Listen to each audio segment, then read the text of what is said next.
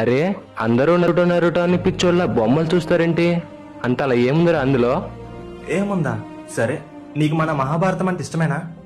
ఇష్టమే. ఇది కూడా చిన్న మహాభారతం లాంటిదేరా.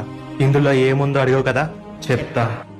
ఇందులో హస్తినాపురి అనే ఒక గొప్ప రాజ్యం ఉండకపోవచ్చు, కానీ హిడెన్ లీఫ్ అనే ఒక గ్రామం ఉంది.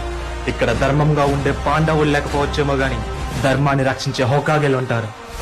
ఇక్కడ తన తెలుగుతో అందరినీ వంచే శకును లేకపోవచ్చేమో, కానీ ఇక్కడ అందరినీ తన తెలుగుతో ఆడించే ఒబిటో ఉన్నాడు. ఇక్కడ మహామహితాత్మ భీష్మ పితామహ లేకపోవచ్చు, కానీ ఇక్కడ లెజెండరీ సానిన్ అని పిలువబడే మాస్టర్ జరాయా ఉన్నాడు. ఇక్కడ శాంతి స్వరూపుడు శ్రీకృష్ణుడు లేకపోవచ్చు, కానీ శాంతంగా ఆలోచించే కకాషి హఠాకే ఉన్నాడు. ఇక్కడ కురుక్షేత్రం జరగదు, the 4th great ninja war జరుగుతుంది.